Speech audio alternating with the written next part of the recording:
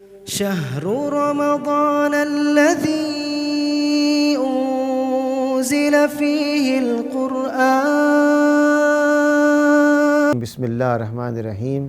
الحمدللہ والصلاۃ والسلام علی خاتم الانبیاء. رب اشرح لی صدری ویسر لی امری واحلل عقدۃ من لسانی یفقہوا قولی. رمضان کریم کے بارے میں کون یہ نہیں جانتا کہ یہ مہینہ برکتوں کا ہے، رحمت کا ہے. لیکن ایک چیز پہ ہم بہت غور نہیں کرتے، وہ یہ کہ جو بات قرآن کریم نے فرمائی ہے محض ایک لفظ میں، وہ یہ ہے کہ اس مہینے سے امکان ہے کہ تقوی پیدا ہو جائے، لعلکم تتقون. اور یہ تقوی جو ہے، اس تقوی کو قرآن کریم میں جگہ جگہ مزید وضاحت کر دی ہے. یہ تقوی جو ہے یہ اخلاق کی صحت ہے، یہ عمل کی صحت ہے، یہ ذہن کی صحت ہے، یہ جسم کی صحت ہے. اس لیے ہم آج چاہیں گے کہ دیکھیں کہ روزہ کس طرح سے صحت کے ان پہلوؤں پر ہماری رہنمائی کرتا ہے. ویڈیو آگے دیکھنے سے پہلے چینل کو سبسکرائب کریں اور بیل آئیکن پر کلک کریں. سب سے پہلی بات یہ سوچئے کہ رمضان میں ہم کس کام کو کثرت سے کرتے ہیں. وہ ہے قرآن کریم کی تلاوت. یہ تلاوت اگر ترجمے کے ساتھ کر لی جائے تو یہ انسان کی ذہن اور روح کی صحت کا موقع فراہم کر دیتا ہے. اور جو خیالات، جو تصورات ذہن کے اندر زنگ آلود ہو گئے ہوں یا جو راہ سے بھٹک گئے ہوں، ان خیالات کو یہ تلاوت کلام ترجمے کے ساتھ ان کی صحت کر دیتی ہے، ان کی اصلاح کر دیتی ہے. صحت کا ترجمہ دراصل اصلاح کرنا ہے. چنانچہ مسودے کی صحت ہو، انسان کی صحت ہو، دونوں کا مفہوم ایک ہی ہوتا ہے.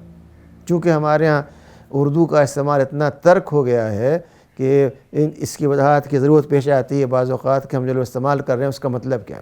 یہ ہماری ایک بدنصیبی ہے کہ ہم نے اردو کی اہمیت کا احساس نہیں رکھا اور اس مقام تک پہنچ گئے. اگر دیکھا جائے تو دوسرا پہلو میں نے گزارش کی وہ یہ کہ روزہ کس طرح سے ہماری جسمانی صحت کا بندوبست کرتا ہے. آپ دیکھیے کہ عام حالات میں اگر ایک شخص بڑے لذیذ کھانے کا شوقین ہے، اللہ اس کو موقع بھی دے دیتا ہے لذیذ کھانوں کو استعمال کرنے کا، تو ہوتا کیا ہے، یہ لذیذ کھانے اس کے اندر چکنائی اور مختلف اجزاء کی بنا پر اوبیسٹی، بعض اوقات غیر معمولی وزن میں اضافہ، موٹاپا، اس کے نتیجے میں سانس کا پھولنا، تھک جانا، نیند کا زیادہ آنا، یہ سب چیزیں اپنے آپ پیدا ہو جاتی ہیں. اور اگر آپ کسی طبیب کے پاس جائیں تو وہ اپنی بہت صحت مند فیس کے ساتھ چند مشورے بھی دے دیتا ہے کہ آپ یہ کر لیں.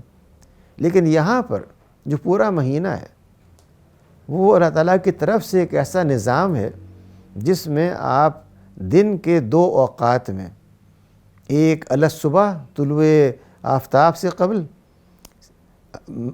فجر کی اذان سے پہلے کچھ کھانا کھاتے ہیں جسے آپ سحری کہتے ہیں. وہ کھانا سادہ بھی ہو سکتا ہے، مرغن بھی ہو سکتا ہے، اور بہتر ہے کہ مرغن نہ ہو ورنہ آدمی دن بھر بہت بھاری رہتا ہے. اگر آپ نے ایک ہلکا سحری کا ناشتہ کیا ہے اور دن بھر آپ نے کچھ نہیں کھایا ہے تو یہ خود آپ کی صحت کی ایک ضمانت ہے. ہمارے ہاں جو جسم میں وزن میں اضافہ ہوتا ہے، موٹاپے میں اضافہ ہوتا ہے، اس کا بڑا سبب وہ چیزوں کا چگنا ہے جو ایک انسان غیر مستوى پہ کرتا رہتا ہے. جو عام آپ نے خود مشاہدہ کیا ہوگا دفاتر کے اندر بھی، بڑے بڑے اداروں میں حکومت کے، صبح کوئی ایک شخص اپنے دفتر آتا ہے، گھر سے ناشتہ کر کے آتا ہے. ابھی بیٹھا نہیں ہے کہ کوئی مہمان آ گیا، اس نے چائے منگوائی، خود بھی چائے پی لی، پھر کوئی دوسرا مہمان آ گیا، پھر چائے پی لی، اور پھر اگر 10-11 بج گئے اسی سلسلے کے اندر تو 11 بجے تو ایک روایت ہے پورے ملک کے اندر کہ کوئی سموسے، کوئی پکوڑے، کوئی چکن نگیٹس، کوئی اس طرح کی چیز جو چائے کے ساتھ ہو، ورنہ چائے کیا ہوئی. جب یہ سارے کام ہو گئے تو پھر کچھ دیر میں کھانے کا وقت آ گیا. اب کھانا بھی کھانا چاہیے، وہ آپ گھر سے لائے ہوں یا کیفیٹیریا میں ہو، وہ جا کے آپ نے اطمینان سے کھا لیا. پھر آگے چائے پی لی، پھر کوئی مہمان آئے اور چائے پی لیا آپ نے. جب آپ واپس گھر آئے تو گھر میں اہلیہ اور گھر والے منتظر ہیں کہ آپ آئیں تو چائے ساتھ پئیں. اب آپ جب چائے کی وجہ سے بیٹھے، کبھی ساتھ میں کیا ہے؟ اگر کچھ ہے تو اچھی بات ہے، نہ کچھ بنوا کے آپ نے منگوا لیا. ابھی چند گھنٹے گزرے ہیں، کھانے کا وقت ہو گیا. یعنی آپ بتائیے، کھانے کے علاوہ کچھ کر رہے ہیں ہم؟ کیا کام کیا دن بھر ہم نے؟ اس کے مقابلے میں رمضان صبح آپ نے ایک سحری کا ناشتہ کیا اور پھر دن بھر آپ نے کچھ نہیں کھایا. تو آپ نے اگر کوئی گریزی چیز بھی کھائی ہے صبح فرض کیجئے، تو تمام دن جسم کو جو انرجی مل رہی ہے وہ اس سے مل رہی ہے. صبح آپ نے غذا استعمال کی ہے، جس کا مطلب یہ ہوا کہ آپ کا جسم میکسیمائز کرے گا اس کا استعمال. اور ہو سکتا ہے کہ جسم کے اندر موجود جو فیٹس ہیں ان میں سے کچھ کو بھی وہ تحلیل کر کے استعمال کر لے انرجی کے لیے. اور جب آپ شام کو ریپلینش کریں گے، دوبارہ اضافہ کریں گے، اپنی بیٹری کو چارج کریں گے قوت کی، تو جو کمی تھی اس سے پوری ہو جائے گی. لیکن اس ریگولیشن سے آپ دن بھر چگنے سے بچ گئے. دن بھر ٹٹ بٹ جسے آپ کہتے ہیں کہ جہاں موقع لگا کوئی چیز آپ نے کھا لی، کہیں گزرتے ہوئے دیکھا کہ رکھی ہوئی ہے ایک چاکلیٹ کی بار، وہ اٹھا کے کھا لی. گزرے دیکھا رکھی ہے مونگ پھلی، وہ اٹھا کے کھا لی. دیکھا بسکٹ پڑے وہ کھا لیا. یعنی یہ جو عادت بن گئی ہے لوگوں کی کہ ہر وقت کچھ نہ کچھ کھاتے رہیں، یہ ہے اثر سب صحت کے خراب ہونے کا. اور روزہ اس کی اصلاح کر دیتا ہے بغیر یہ کہے کہ اس کا مقصد صحت کی اصلاح ہے. اس کا مقصد تو ذہنی روحانی صحت کی اصلاح ہے. تقویٰ جو ہے زیادہ وہاں پر ہے، لیکن اس کے ساتھ ساتھ ضمنی طور پہ بائی دا وے یہ آپ کی جسمانی صحت کی بھی اصلاح کر دیتا ہے. ایسے ہی یہ آپ کے وقت کی صحت کو ٹھیک کرتا ہے کہ وقت کا استعمال کیسے ہو. اور کم از کم اس نسخہ کیمیا کے لیے، اس ہدایت نامے کے لیے جو انسانوں کو پارس بنا دینے والا ہے، انتہائی پاک بنا دینے والا ہے، اس کے لیے کتنا وقت نکالا گیا. میں بدگمانی تو نہیں کرتا، لیکن مشاہدہ میرا یہی ہے کہ عام حالات میں بہت تیر مارا کسی نے تو فجر کے بعد 15 منٹ 20 منٹ تلاوت کر لی، اب اللہ کا حق تو ادا ہو گیا، باقی سارا وقت ہے مالی معاملات کے لیے. رمضان میں ایسا نہیں ہوتا.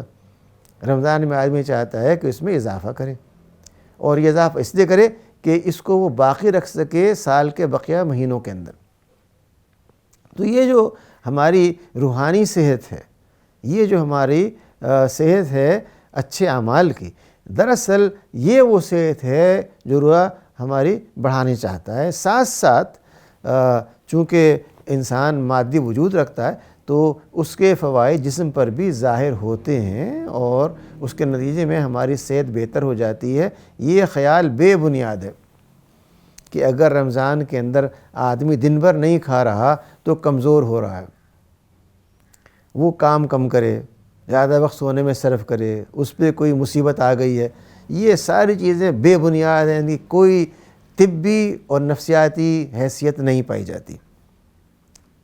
انسانی صحت محض غذا سے نہیں ہے، بلکہ انسانی صحت کا معاملہ اس معیار خوشی کے ساتھ ہے جو اس کے کام سے حاصل ہوتی ہے. روزے کے دوران نیکیوں کو کر کے جو خوشی حاصل ہوتی ہے، وہ خوشی صحت کا ایک بہت بڑا ذریعہ ہے. اگر دیکھا جائے تو وہ لوگ جو مسکراتے رہتے ہیں، اور وہ محض نمائشی مسکرانا نہیں ہوتا بلکہ دل سے مسکراتے ہیں، انہیں بلڈ پریشر کم ہوگا، انہیں ڈپریشن کبھی نہیں ہوگا، وہ زندگی کے معاملات میں پیش ہوں گے. اس کے مقابلے میں وہ جو ہر وقت منہ بسورے بیٹھے ہیں، منہ لٹکائے ہوئے بیٹھے ہیں کہ بھئی میں ڈپریس ہو رہا ہوں. بھئی کیوں ڈسپیر ہو رہا ہے آپ نے؟ کس نے کہا آپ ڈسپیر ہونے کے لیے؟ آپ کو ڈپریشن تو دین میں کفر ہے، مایوسی کفر ہے. کس بات کی مایوسی؟ تو رمضان کے اندر جو روحانی صحت ہے، ذہنی صحت ہے، ایمانی صحت ہے، یہ غالب آ جاتی ہے جسمانی صحت کے اوپر. لیکن جسمانی صحت کو نظر انداز نہیں کیا گیا، نگلیکٹ نہیں کیا گیا ہے. جسمانی صحت کو بھی یکساں اہمیت دی گئی ہے اور یہ بتایا گیا ہے کہ آپ اگر روزہ کھول رہے ہیں یا روزہ رکھ رہے ہیں تو دونوں شکلوں میں آپ کم سے کم غذا سے زیادہ سے زیادہ تقویت حاصل کر سکتے ہیں. آپ میں سے ہر ایک جانتا ہے کہ اگر کسی شخص نے 3 کھجوریں اور 1-2 گلاس پانی کے سحری میں استعمال کر لیے تو اس کو تمام دن حاجت نہیں ہے مزید کسی قوت کی. یہ اتنی قوت ہے، سارے کام وہ کر سکتا. اگر آپ نے دودھ کا 1 گلاس صبح استعمال کر لیا، یہ بہت کافی ہے آپ کے دن کے لیے. ہم یہ سمجھتے ہیں جب تک کہ 10-15 پراٹھے نہ ہوں، 10 مرغن کھانے نہ ہوں، سحری نہیں ہوئی، نہ افطاری ہوئی. یہ ہمارے اپنی بھول ہے، نافہمی ہے. تو کہنے کا مدعا یہ ہے کہ روزہ اور صحت کا مفہوم محض یہ لینا کہ یہ ایک ڈائٹنگ کا پلان ہے، یہ ایک انتہائی سیکولرائزیشن کرنے کی کوشش ہے.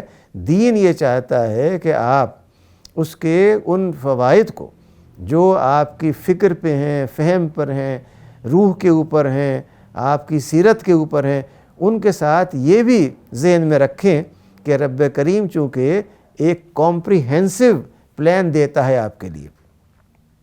روزہ ایک کمپریہنسو پلان ہے جو محض تقوی اور روح اور تہذیب اور عمل کو نہیں سکھاتا، بلکہ وہ آپ کی صحت کا ہی پورا خیال کرتے ہوئے صحت کو ریگولیٹ کر دیتا ہے. اسی بنا پر جو ماہرین ہیں طب کے، وہ یہ کہتے ہیں کہ روزے کے دوران انسان کی صحت میں بہتری پیدا ہوتی ہے، وہ کمزور نہیں ہوتا. یہ خیال بے بنیاد ہے کہ اس سے کمزوری ہو جاتی ہے. اللہ تعالیٰ ہم کو توفیق دے کہ روزے کی صحت کے ان پہلوؤں کو جن کا تعلق ہمارے ایمان کی صحت سے ہے، ہمارے قرآن سے تعلق کی صحت سے ہے، ہمارے لوگوں کے معاملات کی صحت سے ہے، اس کو بنیادی اہمیت دیتے ہوئے ہم ساتھ ساتھ تھوڑا بہت فائدہ جسمانی صحت کا بھی حاصل کر لیں اور اس مہینے کی برکت کو سمیٹ کر کے اپنے رب کے حضور کامیاب لوگوں میں شامل ہو جائیں. واقعہ رب العالمین.